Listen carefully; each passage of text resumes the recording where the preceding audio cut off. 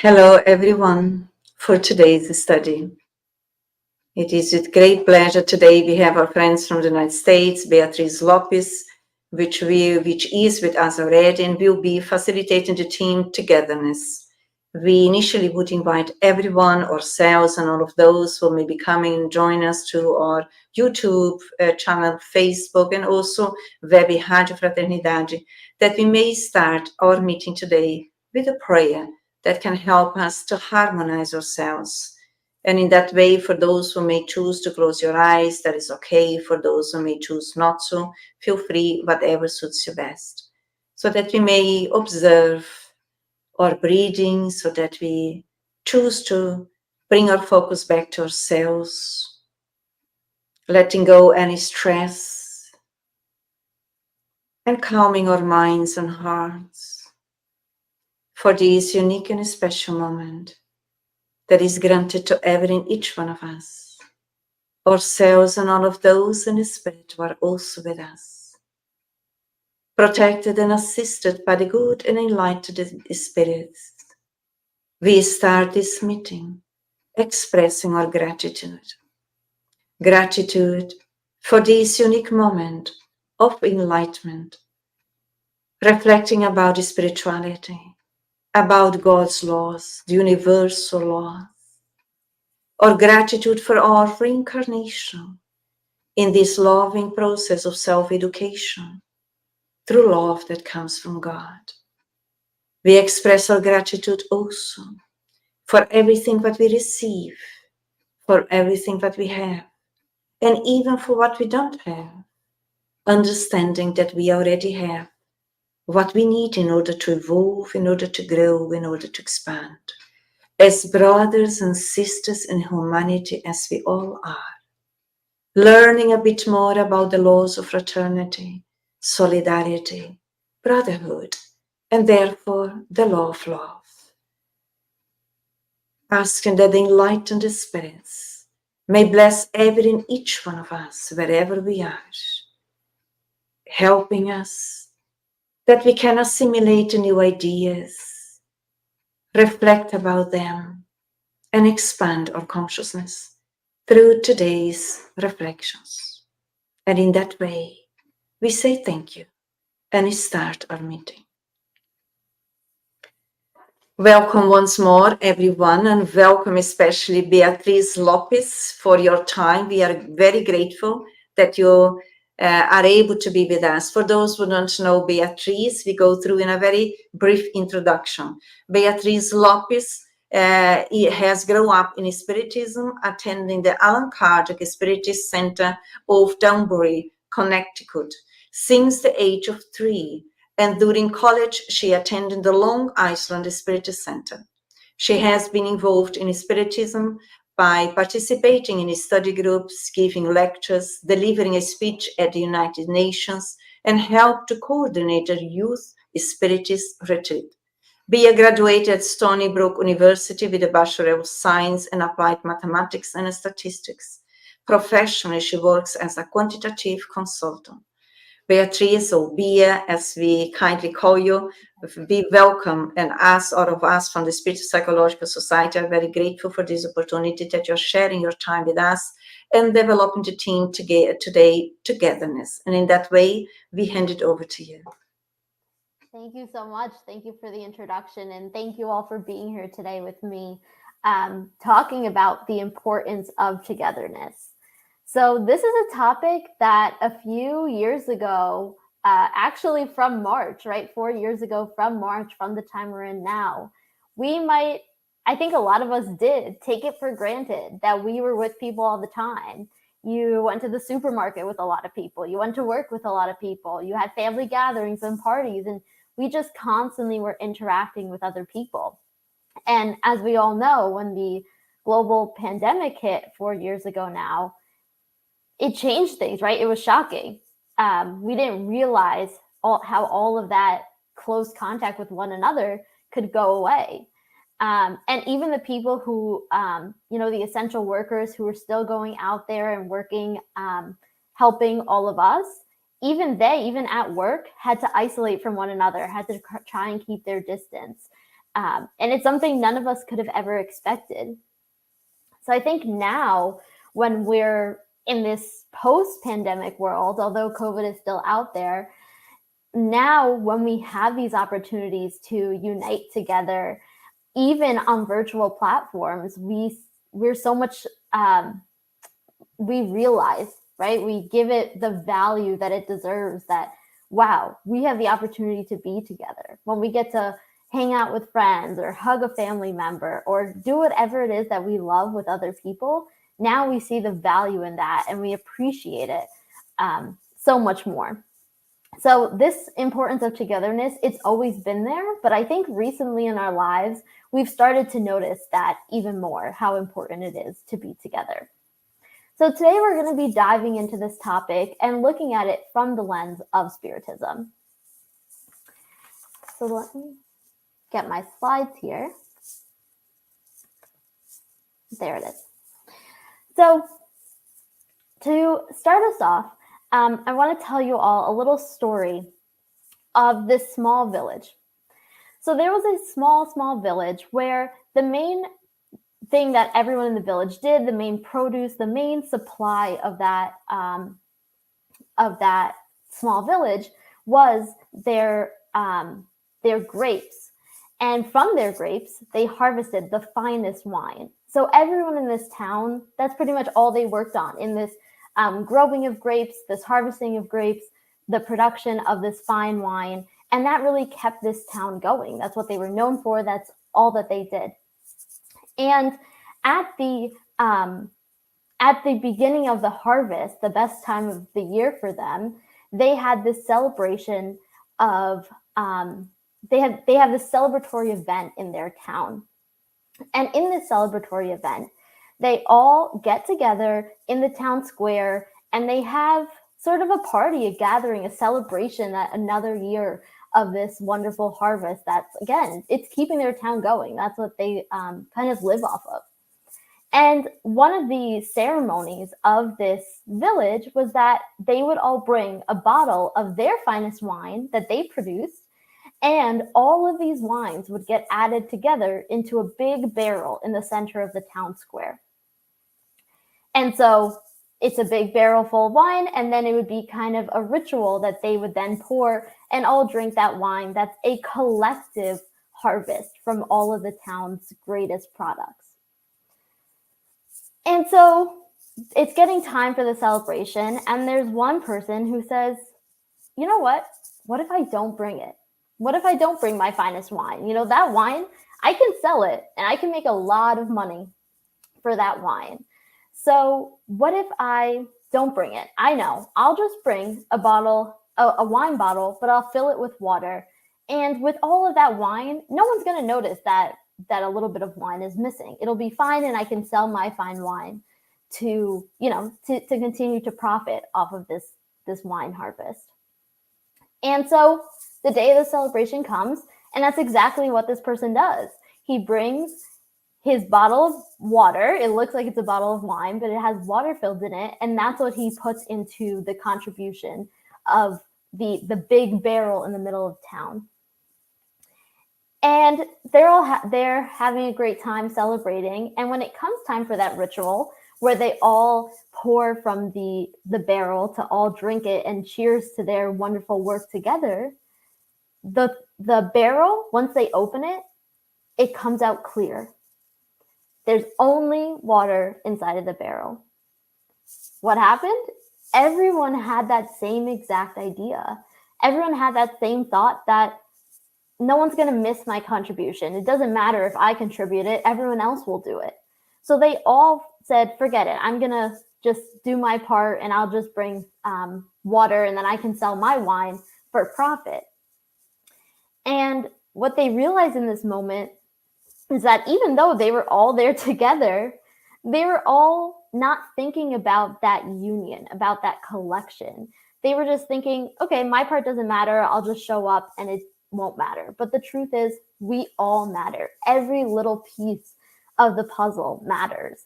And we're going to dive into that a lot more, of how each and every one of us play such an important role in our families, in our societies, in our Spiritist centers, and not a single person goes unnoticed.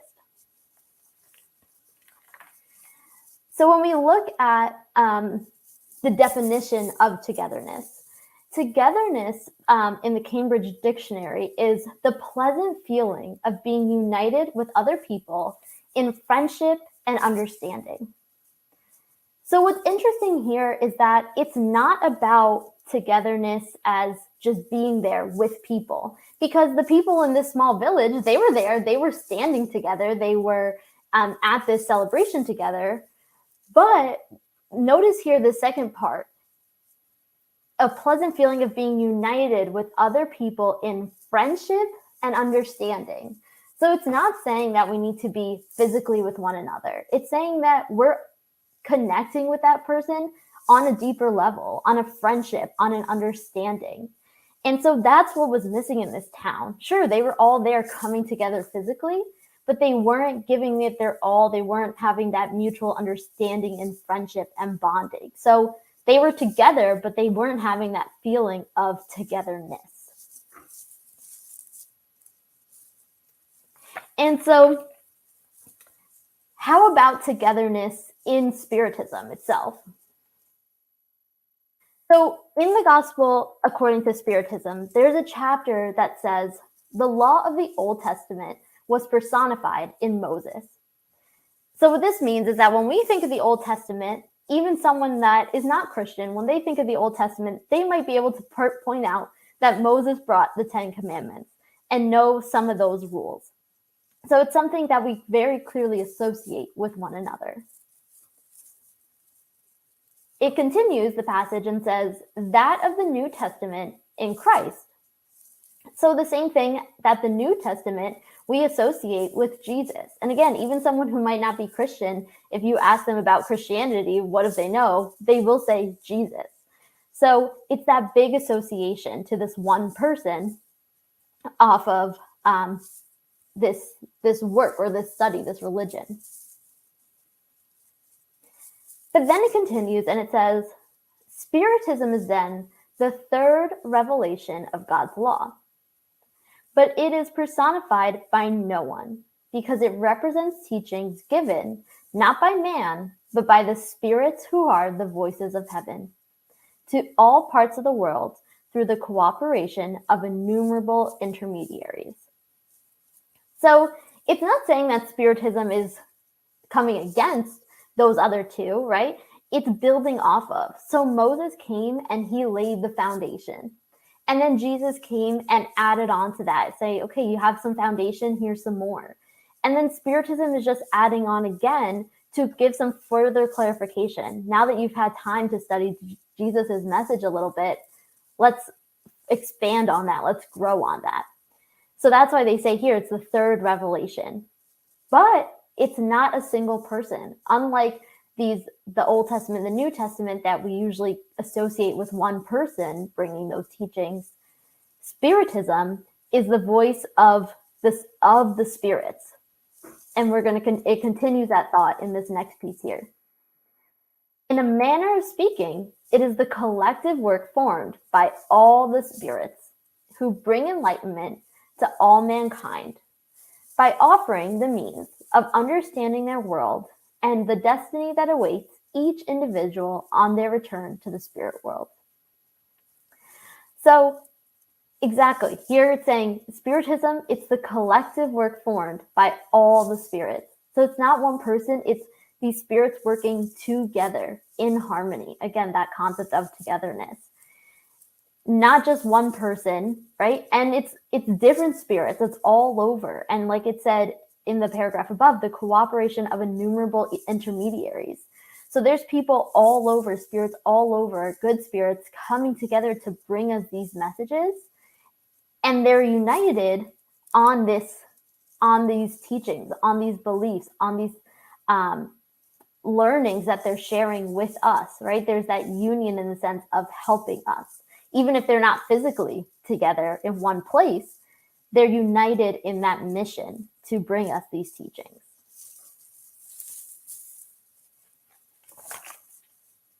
And it's important too to think that one person that might be personified in Spiritism is Allan Kardec. And while we know that Allan Kardec was the one who gathered all this information from the spirits and compiled it and put it into the books that we know and love, it wasn't written solely right by Allan Kardec. The information is coming from this collective group of spirits working together and working together with Kardec. So although some people might try to associate Spiritism with Allan Kardec, it wasn't he who created all of these teachings for us. And it's important to remember, though, that even though when we think of the New Testament, we only think of Jesus, Jesus didn't work alone either. In Luke, it says, one of those days, Jesus went out on a mountainside to pray and spent the night praying to God. When morning came, he called his disciples to him and chose 12 of them, who he also designated apostles. So Jesus, this is noting the moment where Jesus calls the disciples to become apostles. And so the difference there is that these disciples is anyone who believes in Jesus and Jesus's teachings. So anyone who was believing and following Jesus at that time. The difference here is that the apostles are the ones who took on that extra work of living with Jesus and spreading those teachings afterwards to the world, right? And so that shows right there that Jesus, sure, he had all these disciples, he had all these people that were following him, watching him, listening to him. But he knew that he needed these apostles, these people that were going to be closer to him, working together with him to spread the message, because even Jesus, as a perfect spirit, couldn't do that all alone. He knew he would need other people to continue that work. And again, continue that, they had to work together even past when Jesus disincarnated from the earth. They were still working together, had that sense of unity, even though not physically together. So even Jesus, right, although we think of Jesus as the one bringing all the teachings, he realized and knew the importance of being together, of working together, and having other people with us. So today I've brought this message from the Spirit Emmanuel, from the book titled Book of Hope.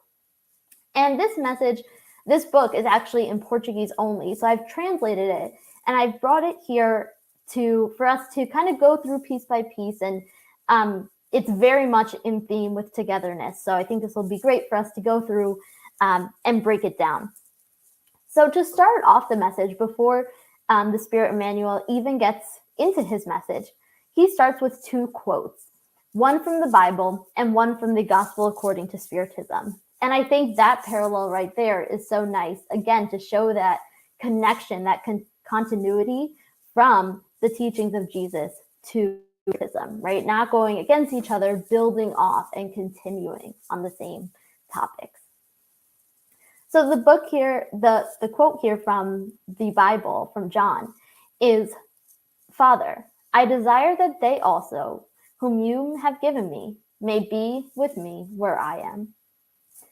Again, right? Jesus saying, Jesus is a perfect spirit. He could have incarnated on earth and just been perfect and lived his life here and then gone. But no, right? Of course, that's not what happened. Jesus came with a mission to help us, to work together with us. So it wasn't about doing whatever he wanted and being in charge, being the ruler. No, it was about being together as a group and working together towards a common goal and truly helping one another. And so, of course, right, Jesus knew that. And then a message, a quote here from the Gospel according to Spiritism, where it says, march forward, magnificent phalanx of faith, before the great battalions of unbelievers will dissipate, as does the morning dew at the first rays of the sun. So let's dissect that a little bit, right? So the phalanx is this is a group of people, and at a time it was a military tactic where people would they would go through a battle really tightly close together, right? So imagine everyone packing in almost like penguins walking, right, really close to each other.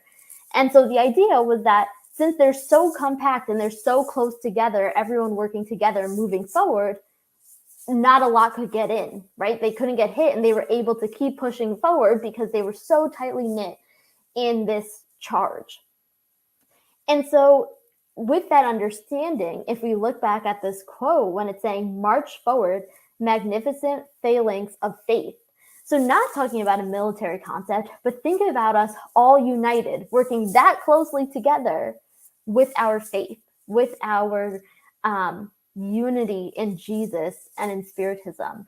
And think about that being so strong that we're being able to push through, not being able to push through by physical force, right? But by shining our light, like it's saying here, just like the grass is wet in the morning and then the light comes out, the sunshine comes out, and that that morning dew goes away. The same thing. We're going to keep marching if we're together, if we're working so strongly together and so tightly together.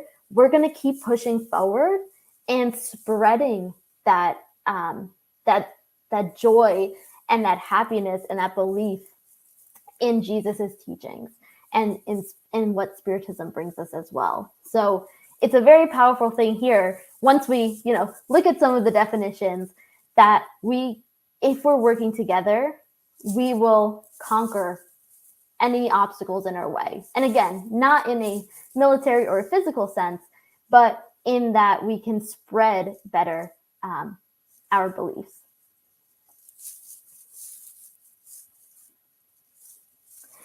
And so then the message, the Spirit Emmanuel continues, and he says, in a Spiritist Christian temple, it is reasonable to note that all work is the action of a group.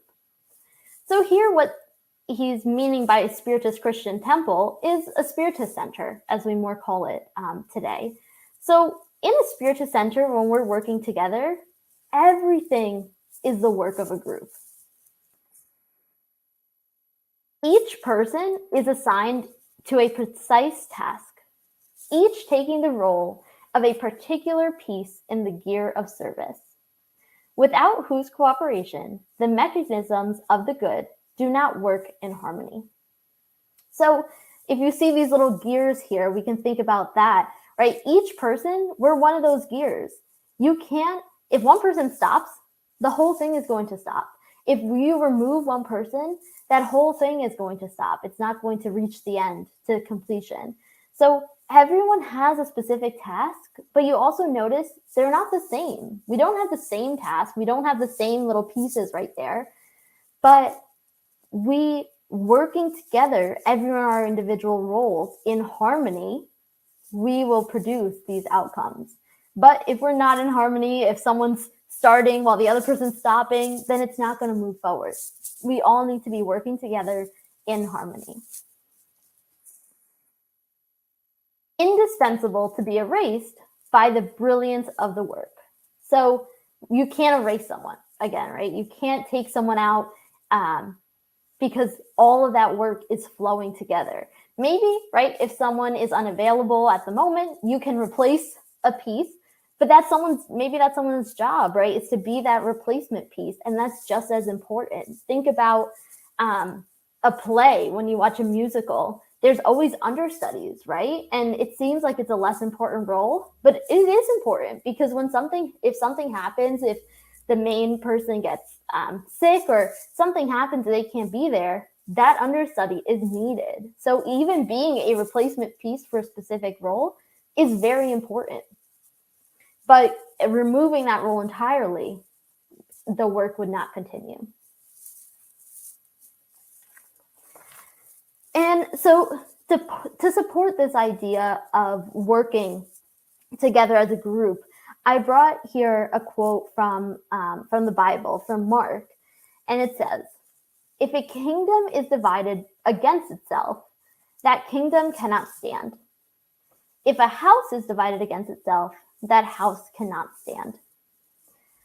So, right, this is a quote, and I think a lot of us have heard similar variations of this, but saying that if we're divided against each other in a house, in a kingdom, in a group, in a spiritist center, we're not going to be able to survive, to be alive, because our group needs to work together, right? All of those gears need to work together to produce the positive outcome. If we're divided, if we're not working together, there's no foundation for us to produce the good.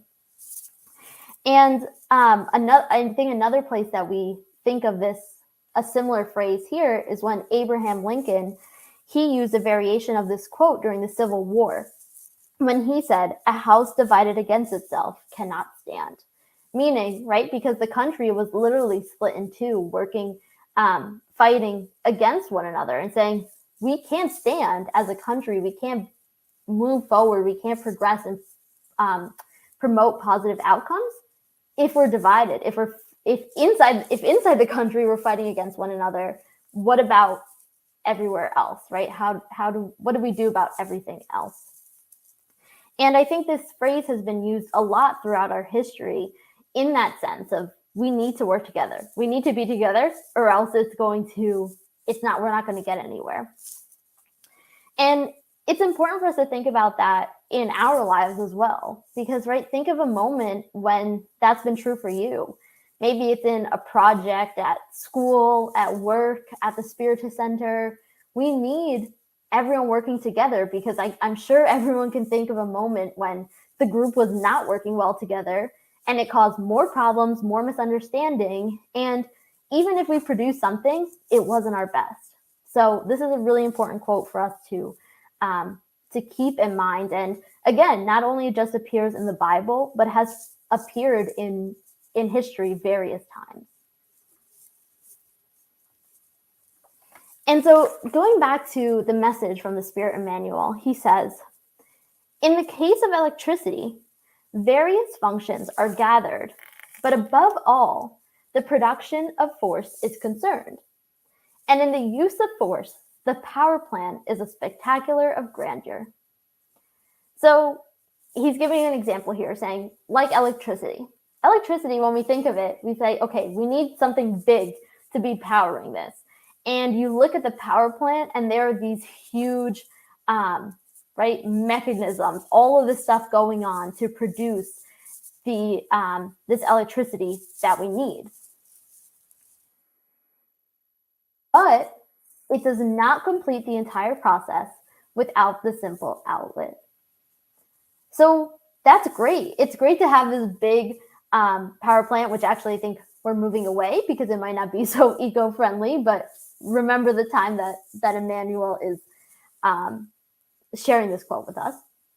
But, right, it's great to have these big machinery, buildings, industries that are producing this electricity. I don't know if anyone's ever seen one of those big windmills. They look like a tiny little windmill, but then when you see it in real life, it's huge. It's so big. And so you look at that and say, wow, that is, producing this electricity, that is contributing to our society.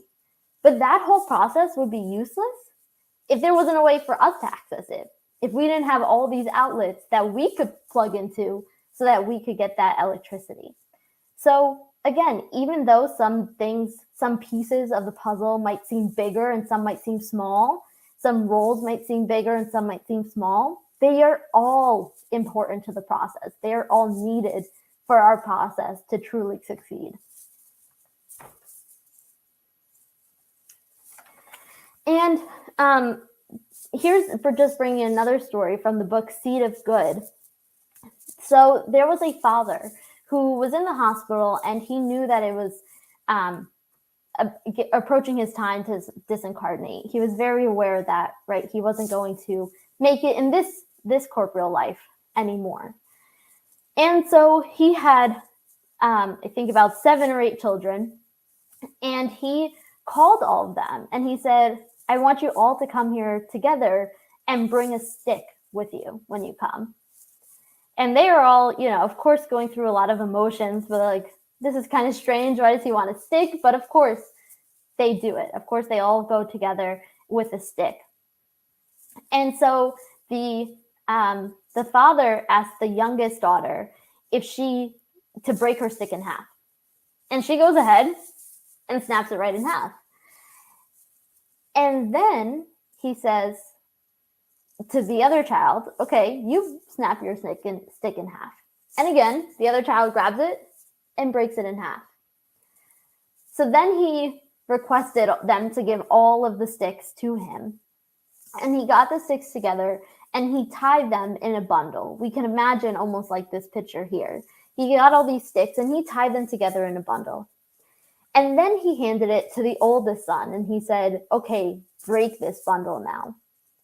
And he couldn't, right? He's trying, and it's not breaking. And all the kids try and it doesn't break. And so the father says, be like that, stick together. Because when you stick together, you will be so much stronger than if you're all separated and you're not working together. And I think that's such a simple but powerful message for us to reflect on, because that's exactly what it is. When we're working together, we're that strong bundle of sticks. And you can't snap us, right? When obstacles are coming our way, it's not going to break. But when we're trying to do something by ourselves, it breaks easy, right? One thing comes our way and it feels like everything goes crashing down. So that idea of unity, being together, really makes us stronger.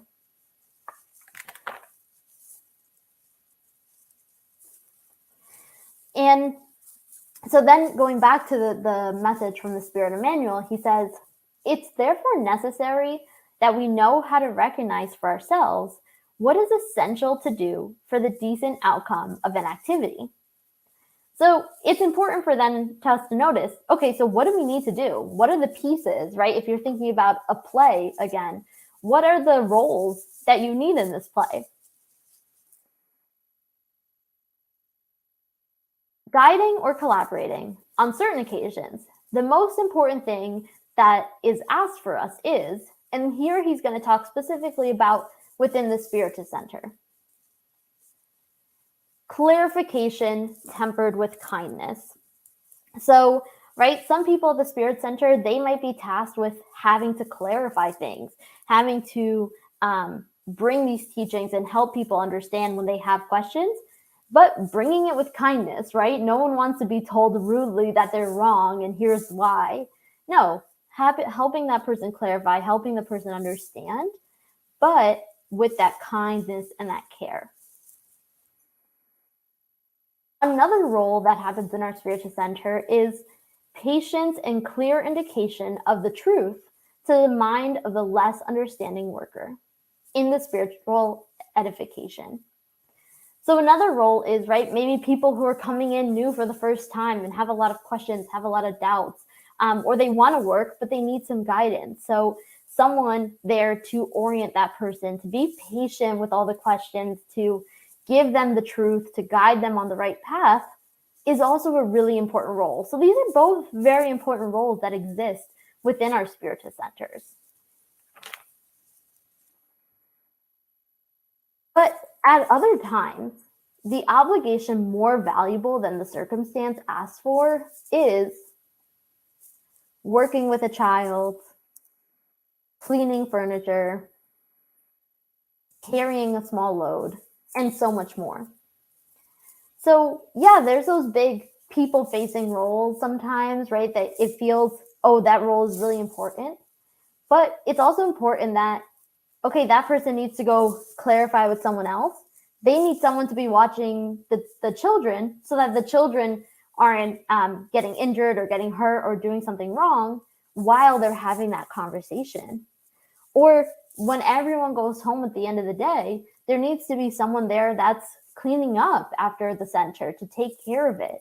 And all of these things they are just as important to a role that seems extraordinary, that seems important. So just like here today, right? I'm here presenting this to you all, But there's so much that goes into this happening. There's setting up these Zoom links or these StreamYard links, setting up the lives on different platforms, scheduling all of the lectures that are going to happen. There's a lot of roles that happen, a lot of pieces that I could come present my lecture, but if there's no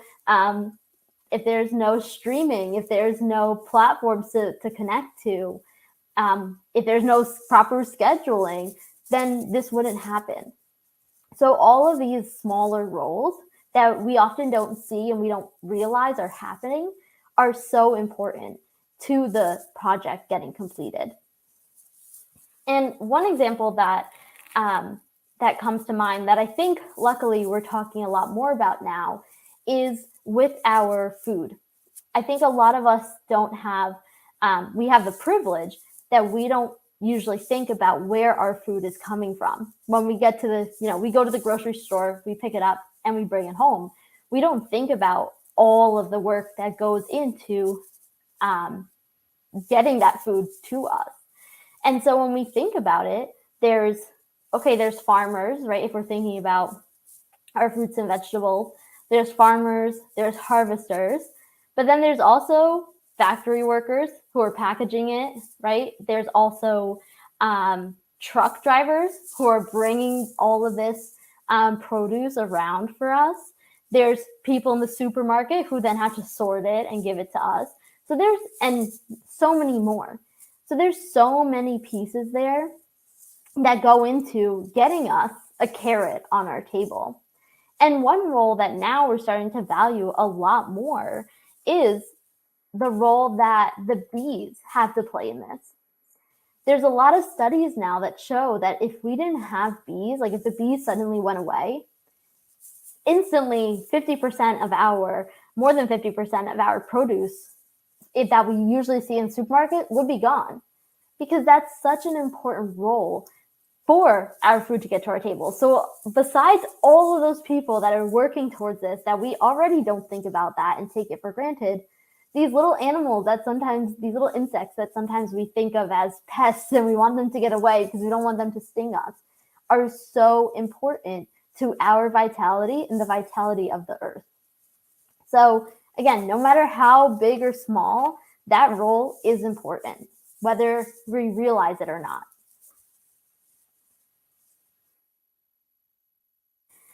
And here's kind of a quote that I think sums up everything we've been talking about so far from the Zehe Jimenezes. And it says, "In solidarity, we will be united. Separate from one another, we will be points of views. Together, we will achieve the realization of our purposes." So here it's saying, in solidarity, in that feeling, in that unity, right, over our a common sentiment, we will be united. So just like all of us today, we're not united physically, but we're united right now through this interest in Spiritism, in learning Spiritism. And so we're united on that, in that solidarity. But at the same time, we're all living our different lives. So we're united here, but I'm living in the United States. I know a lot of you are in London, and there's people watching from wherever in the world, and we have different perspectives, different things happening in our lives, different family lives, different career paths. So we have different points of views, even though we're all united with this common sentiment that we want to learn Spiritism. And so when we come together, we'll achieve the realization of our purposes. So when we all come together, that's when we work together. That's when someone has a moment to shine, and then another time you have a moment to ask for help or ask for clarification from someone else. So, right, in one moment, it might be if there's a doctor, right? If one moment, it might be the moment for the doctor to step in and shine, but then maybe there's someone who's very good at art and that doctor's not good at art. So it's a moment for them to learn. So when we come together, we realize our purpose because we find our piece of here's what I can contribute, here's where I can learn, and we work together. But again, that's that true together when we're already united on that common sentiment. And so then the Spirit Emmanuel continues and he says, it's essential, however, to carry out similar tasks without pouring the acid of complaint and without souring the feeling of systematic aversion. If someone is irritated in the exercise of good work, it is the same as filling bread with ashes. So here it's something tough, I think, for us to take in sometimes, is that, okay, so we've talked about we're all important, we're all needed, we all having specific roles in the puzzle, right? Or in those gears working together. But sure, some of the tasks might not be your favorite. But if we carry out those tasks with complaints and negativity, and we're dragging our feet and we're talking bad about everything in that project, in that piece, then it's not going to have the full benefit, right? We're not producing the good. Even if we're doing what we were supposed to, it's not being done with that love, with that good intention, and that will make an impact. The same here as it's saying is filling a bread with ashes, or in this case, sure, you see this gold shiny apple, but inside it's all rotten. So you can produce something that looks all gold and shiny, but if the energies, if the energies around that, if what went into it was complaints and hatred and boredom, then it's not going to be that shiny golden apple, right? We did it on the surface, but we could have done more by having our good intentions, carrying out those tasks without complaining and souring that feeling or that project. And we all have it, right? We all have the task that we can think about right now. Think about something that when you have to do it, you're just, oh no, here it goes again. For me, for example, one thing is, and everyone in my life knows this, that I'm fine cleaning the house. I can clean the whole house. That's totally fine. But when I have to clean the bathroom, that's my least favorite part. And I'm already dreading it before I do it. So then I'm going into it with a bad intention. And then I get mad when I'm doing it. And then it escalates because I went into it with that negativity.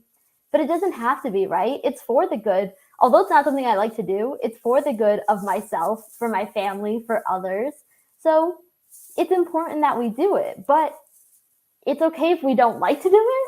But at least let's try not to go in with that negativity, because it just makes the situation worse and escalates it when we just wanted to produce something good.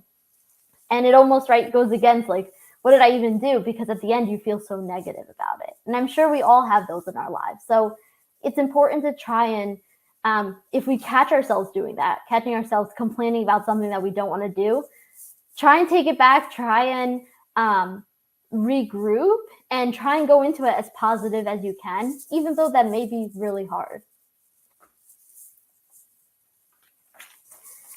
And there's a message from the Medium's book that says, reunion is a collective being whose qualities and properties are the result of those of its members and form, as it were, a bundle.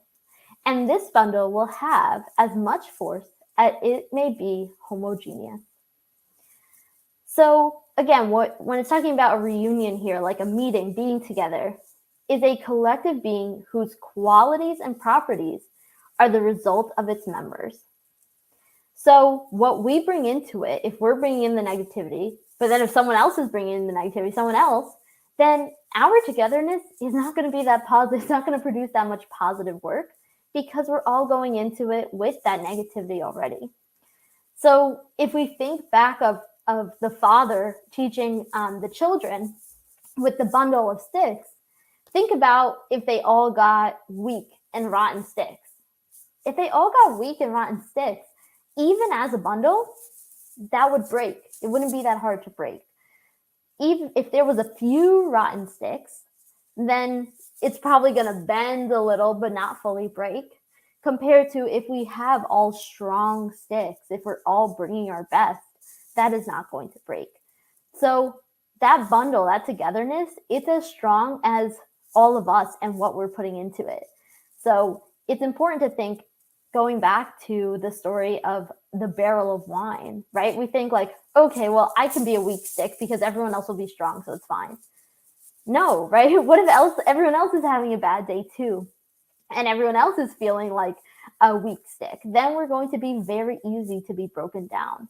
So it's really important that we take that time to understand each other. It's becoming a much bigger practice in the corporate world now to take a moment to say, where's everyone at? How's everyone doing? And not just a standard answer of, oh yeah, I'm okay, I'm fine, I'm doing good. No, but really say like, oh, I had a bad day last night, my kid wasn't feeling well, so I stayed up all night, or I had a really bad day because of this project. And understanding where people are at and taking that understanding can help us to make our bundle stronger. Saying, okay, that person's feeling a little weak today, they're not their best. How can we support them? How can we understand them, maybe give them some more time, whatever they need, so that we can continue to be strong? Whereas the opposite is if we don't talk about it and that person is slacking off, we start to judge, we start to get angry, and now our whole bundle is getting weaker because we didn't have that communication. So it's really important that we help one another. We're not, right? Our lives aren't perfect. We're going through these trials and atonements purposefully for us to learn. So it's going to be tough. We all have tough days, but how do we work through those? How do we collaborate so that when we're having those tough days, our bundle can stay strong and we can continue to support one another? And Emmanuel then says, manage tasks by supporting and obeying, doing the best. In everything, understand that the most efficient way to ask is to work, and that the most just process of recommending is doing. But working and doing without sadness or anger, understanding that the benefits of the providence are precious resources for ourselves. In all work of the good, we are natural complements to each other. So the best way to get in these practices of working together as a team is by trying it. It's about getting in a group, working together, and it's tough, right? But having that patience with one another, trying to work together, realizing every role is important. If you have a role that needs to be done that you don't necessarily want to do, right? Just try and how can I tackle this the best way possible with the best attitude? And the best way to learn is by doing. Right? These birds, they're not going to learn to fly by reading a book. And even if they had a book, that would be great. But in the end, they have to learn by doing. Just like us driving, right? You can read the book, but in the end, you're going to learn when you actually get in the car and you actually start to drive. So the best way for us to try and start putting this into practice is by doing, right? Start now. Start in your teams, in your groups. Acknowledge this importance of everyone's role, working together and creating that unity, which will make the project so much stronger because, like it says here, in all work of the good, we're natural complements to each other. So when we're working in harmony, we're going to be able to work so smoothly, right? All the ideas are going to bounce off each other. Someone's going to be able to do one thing, another person's going to be able, and it's just going to naturally happen. So when we're doing the work for the good, if we stay strong and we stay genuine and united, it's going to produce great outcomes. In the Spirit's book supporting this idea, in the Spirit's book, question 768 says, in seeking out society, do human beings only yield to a personal motivation, or is there a greater providential purpose? And I think we all, based on this study, can understand that humans must progress. They cannot do it alone because they do not possess all faculties, and they need contact with other human beings. They become animal-like and stunted when isolated. So yeah, we have a society, we live in a society because we need it. We need other people since we're imperfect. And it's okay that the other people are imperfect too, but we have different qualities that we can help each other with, right? Imagine if you're in a society, but everyone's a doctor. who's going to be the teacher? Who's going to be the mechanic? Who's going to be the farmer that we talked about, right? We need to have these different roles, these different areas of expertise. And when we come together, we contribute and we all get the benefits of it. So yeah, we have a society on purpose, right? Because it helps us progress. Because then when we're doing one role, we're helping, and then we learn from someone else and we trade that way. And so in all work, again, it's not about people doing the exact same thing, but that everyone has their role that's important and making a difference and helping our society.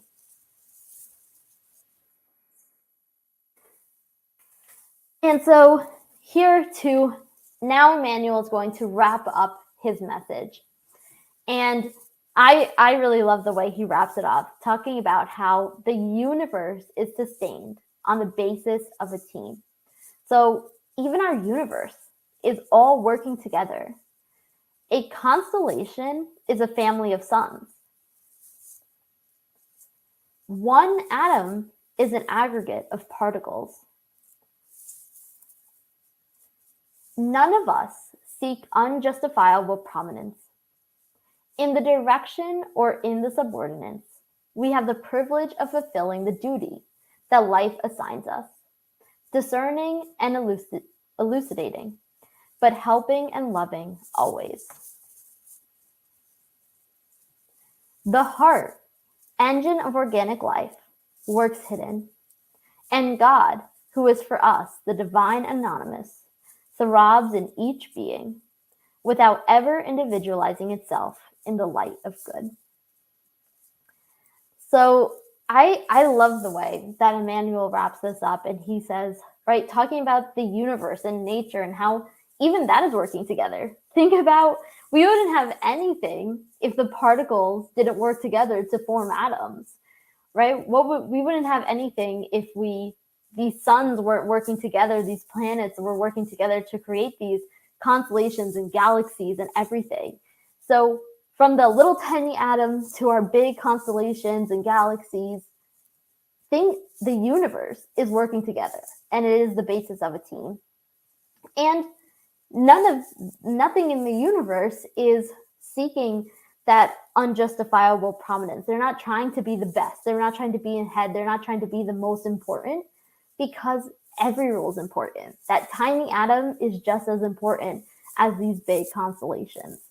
So all of those pieces play such an important role, and none of them are trying to be more important than the other. They're all working together.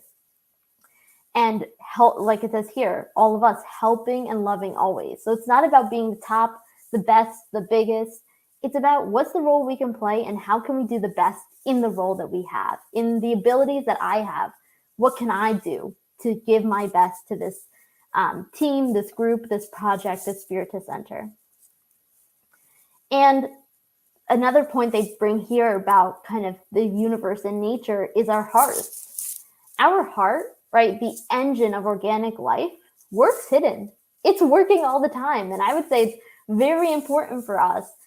But it works hidden. It's not trying to show off and say that it's the most important, right? And we often don't even realize that that's happening, that our hearts are happening, that they're working for us, that they are being this engine of organic life. And God, right, mostly, above all, God, who is working together with all of us, in each of us, without ever trying to claim to, right, be the most important or be the top, right? It's about working together, working together with us, being in each one of us so that we can all work together and become better and produce the good. And with that, I will end off today with a quote from our dear Master Jesus that we can never forget, when he says, "For where 2 or 3 are gathered together in my name, there am I in the midst of them." Thank you so much for being here today, for being together with me, even though we're not together in person. We're together in this unity of Spiritism and its teachings. So thank you all. Thank you very much, Beatriz, for facilitating and guiding us through your deep reflections today. It's really very good to hear and nourish our souls with that. And in that way, we are coming to the end of our meeting today, and we would kindly ask if it's possible for you to do our final prayer. Would that be possible? Yes, of course. Taking a moment to close our eyes if we wish, to think about our breathing and connect with God, with Jesus, our mentor spirits, who are all working together to help us, helping to guide us on the right path, teach us and inspire us with these lessons. Please allow us for the opportunity to acknowledge the importance of togetherness, the importance of this unity in these moments. Even though physically apart, let us all be united in our souls and our thoughts. Be with us always, and so be it. So be it.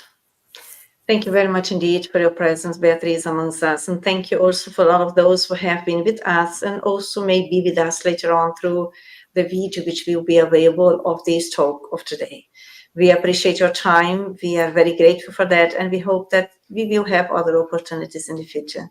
We do wish you well to you, to your family, and all of those who are with you, all of those who are with us as well. Much peace to all, and hope that we will be together in other opportunities. For today, we are coming to the end. Wishing you much peace. Bye-bye. Thank you so much. Bye.